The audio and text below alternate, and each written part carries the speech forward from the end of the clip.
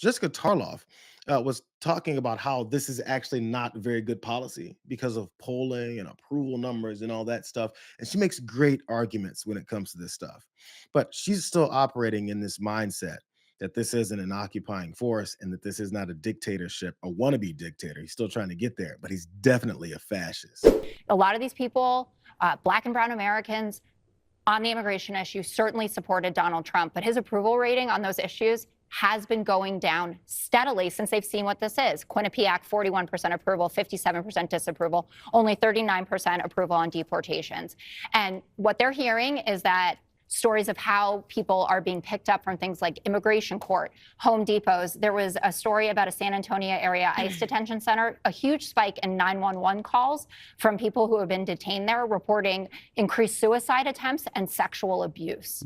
What is going on with this immigration policy is not what people showed up on November 5th for. There's these numbers behind who's for it and who's against it, and all these MAGA folks aren't actually for it. But we have to butter them up before they actually want to do something else about it or call them good people. Hey, act like good people and start opposing this. Now suddenly no one voted for it. Now no one wants it. But they do have a plan in place. There's a reason why they do it, and there's a reason why they don't care what anybody thinks about it anymore. And there's also reasons why Stephen Miller, as Tarloff pointed out there from the beginning, wants 3,000 people arrested a day. It has nothing to do with violent immigrant aliens that they like to talk about. It has to do with exactly what Brooke Rollins said in front of this podium with absolutely no shame whatsoever. To your question about mass deportations, the president and I have spoken about that once or twice, and he has always been of the mindset that at the end of the day, the promise to America to ensure that we have a 100% American workforce stands, but we must be strategic in how we are implementing the mass deportation so as not to compromise our food supply. Ultimately, the answer on this is automation, also some reform within the current governing structure. And then also, when you think about, there are 34 million able-bodied adults in our Medicaid program.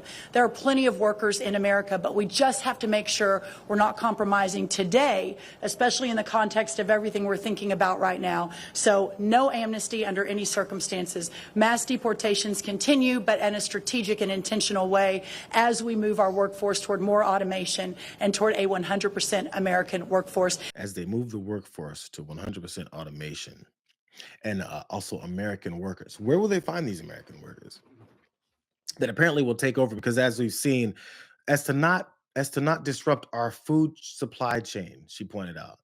In other words, an admission that the folks that they're snatching off of farms and taking off of the streets and in their homes and cars and places of work, construction sites and all that, to make sure we fulfill those jobs that we've been underpaying people for because of their undocumented status, we need to replace them with other desperate people. And the one way to get 34 million new desperate people is by calling them all lazy Medicaid users, that in order for them to get their health care, maybe you might want to work on a farm. Maybe you want to help build this construction site. You've been lazy long enough. There's this elitist upper class oligarch crew that stepped in, and they're saying it right in front of your face. They said it when we were campaigning. Are you listening this time? Are we listening now? Brooke Rollins just told you. Matter of fact, the guy whose ass she likes to kiss all the time, he said even more stark terms what he really wants to do with these folks. Finding some way to get farm workforce and service sector workforce. And I think you've discussed somehow a program of people leaving on a sponsorship and coming right back.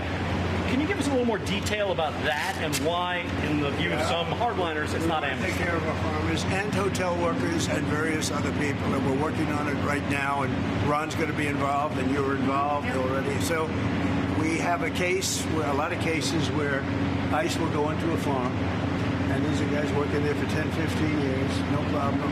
The farmers know them. We're going to put, it's called farmer responsibility or owner responsibility, where they're going to be largely responsible for these people. And they know these people. They've worked on the farms for 15 years, and all of a sudden so I have a great, Ron does, Christie does, we have a great feeling for the farmer and for others in the same position. And we're going to give them responsibility for people. And we're going to have a system of signing them up so they don't have to go. They can be here legally. They can pay taxes and everything else. They're not getting citizenship, but they get other things. And the farmers need them to do the work. Without those people, you're not going to be able to run your farm. And what we'll do is we'll start to let these farmer ownership groups begin to build small huts along their property where they can house their workers so that they can continue to work at any time that they need them to, so we can continue our food supply chain going. And then anytime those workers get out of line, we're going to allow those farmer owners to do whatever they want to, and to continue to keep them in line. But they've already promised me that they've worked with these folks for 10 to 15 years, so they already trust them. They're some of the good ones. We can put them in particular positions closer to the farmer owners where they're trusted more and they won't necessarily lash out and get violent. But the strong, bigger ones, we can put them out in the fields where they can work for very little to nothing. And by the way, still tax them. They won't be citizens. They won't be complete citizens. They won't even be complete humans. This sounds very effing familiar. So where is this guy trying to take America back to? To the same place that this party's always talked about it never was. Like I said, it's the way these politicians have always talked. You remember Nikki Haley was asked about the legacy of enslaving people in this country? What was the cause of the United States Civil War?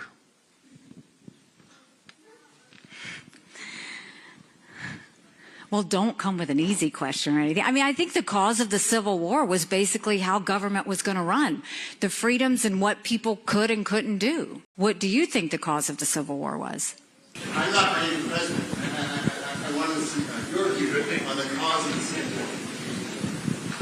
I mean, I think it always comes down to the role of government. Thank you. And then in the year 2023, it's astonishing to me that you answer that question without mentioning the word slavery. What do you want me to say about slavery? No, you answered my question. Next question. When you don't address the past, you continue to do it. They just shift it. In fact, I found this, I believe she's an Instagram user. Her tag name is Amanda's Mild Takes, and she's great. She broke down exactly what I'm saying in probably better terms than I'm saying, but I think you guys are picking up what I'm laying down. Slavery is still legal in America, and this is one of the biggest reasons that people aren't really talking about why the federal government is so focused on arresting 3,000 immigrants a day. Most people think the 13th Amendment abolished slavery in America. That's not real. Let's read it. Neither slavery nor involuntary servitude, except as punishment for crime whereof the party shall have been duly convicted, shall exist within the United States. So what does that mean? You can't have slavery anywhere except prisons. This is why the Jim Crow South almost immediately got chain gangs. Why black men continue to be imprisoned at much higher rates than the rest of the American community. But that is ending. Social programs that have reduced the number of juveniles sent into the prison pipeline means that our prison population is about to fall off a cliff. A 60% reduction since 2009. That's a lot of empty jails and a lot of people no longer doing slave labor in those empty jails. So they're going to put immigrants in them. Core Civic and Geo Group are two for-profit prison companies. They build kind of regular prisons and also immigration detention facilities. Since Trump took office again, their contracts have been renewed or modified or gotten new ones for detaining immigrants. Notably, the people who own these companies don't like tent cities like Alligator Alcatraz, and they don't like our base use of Guantanamo for these purposes. They also don't like us sending people to El Salvador. They want immigrants here, in jail, making license plates, as Americans and anyone else we jail have been since Reconstruction. So obviously, we've always known this. Black folks and brown folks and anyone that's been affected have always known this in this country. It's a shift from a certain kind of enslaving people to a different kind of enslaving people. And she pointed out right there in the amendment that she read.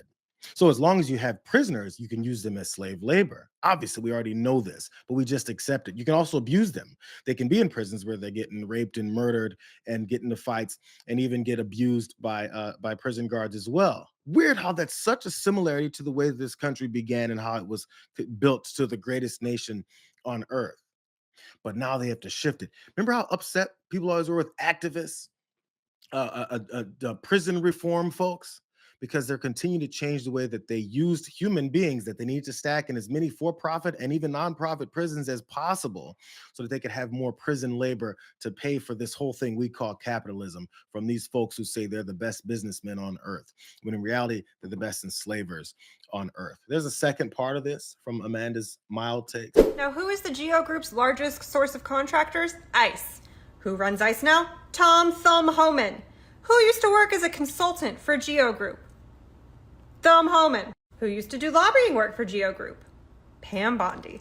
There's a lot of attention rightfully being placed on alligator Alcatraz, but in reality, the majority of these immigrants that we're detaining are going to end up in these facilities. As I said before, alligator Alcatraz is mostly a marketing exercise. Most of the new beds are going to come through new contracts with Tom Homan's former employer and its main competitor, which together already have 16 idle detention centers. They're going to reopen them as immigrant detention centers. And then what are they going to have those people do while they're in those detention centers? The same thing American for-profit prisons always have prisoners do: slave labor. The Geo Group was actually sued in 2014 for forcing immigrants to undergo slave labor. They're claiming government immunity, that because their actions were under ICE contract, they are shielded from liability.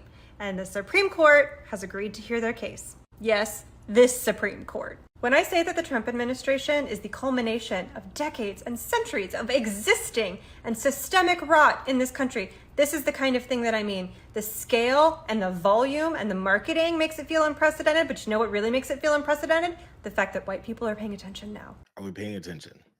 These were all the things that were said before from these wild activists, these community organizers that were trying to change the way our society works and the way that we victimize certain people and just call them dispensable and throw them in prison so they can be slaves to our country. Now they have to shift that game and they need new boogeymen. And they've been working on that boogeyman for a very long time. So if you're still buying the fact, well, what is that person doing there on the street selling that watermelon? What exactly are they doing? How many people have they assaulted? As you're then passing up your priests that have assaulted your children, your other pastors and churchgoers, your neighbor down the street that you let your kid play over at his house. Those guys, again, as stats actually show, are the ones that are committing the majority of the crimes in this country. But, we need trans folks to be the scary people. We need brown and black folks to be the scary people just so they can continue to have this progress. They're the laziest pieces of garbage ever created. They're violent, savage individuals. And this is their plan. And when they're in power, they don't care about your life. When your kid gets shot in the school, as we've seen for decades, they don't care. They don't care.